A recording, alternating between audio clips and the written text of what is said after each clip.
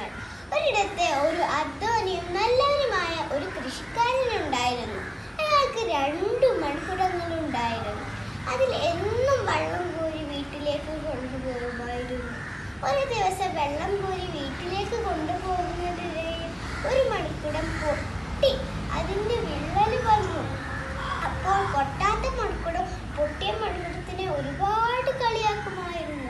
ആഹാ, നീ പൊട്ടിയതാണ്, എന്നെ കൊണ്ട് യജമാനൻ യാതൊരു ഉപകാരവുമില്ല, എന്നെ കൊണ്ടാണ് യജമാനന് കൂടുതൽ ഉപകാരം, അധികം വൈകാതെ നിന്നെ കളയും.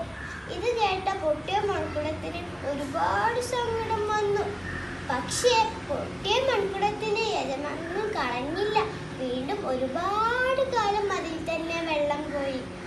ഒരു ദിവസം വെള്ളം കോരി വീട്ടിലേക്ക് കൊണ്ടുപോകുന്നതിനിടയിൽ പൊട്ടിയ മൺകുടം യജമാനനോട് ചോദിച്ചു, യജമാനെ, എന്നെ കൊണ്ട് താങ്കൾക്ക് യാതൊരു കാര്യമില്ലല്ലോ, എന്നെ കളഞ്ഞിട്ട് പുതിയൊരു മൺകുടം വാങ്ങിച്ചോളൂ.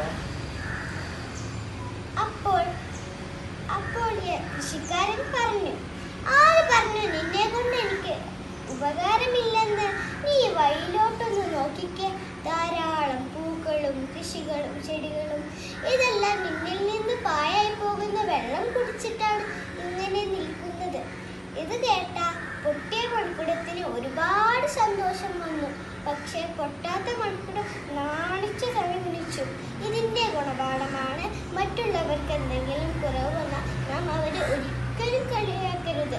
നമുക്ക് എന്തെങ്കിലും കുറവ് വന്നാൽ